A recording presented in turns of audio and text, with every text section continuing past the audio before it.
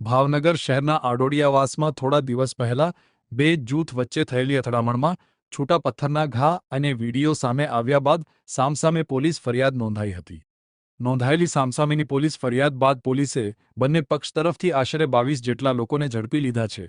જો કે આ માથાકૂટ ક્રિકેટ રમવા બાબતે બાળકોને પગલે થઈ હોવાનું સામે આવ્યું હતું. સામસામે નોંધાયેલી ફરિયાદ બાદ પોલીસે આરોપીઓને ઝડપીને આગળની કાર્યવાહી હાથ ધરી હતી.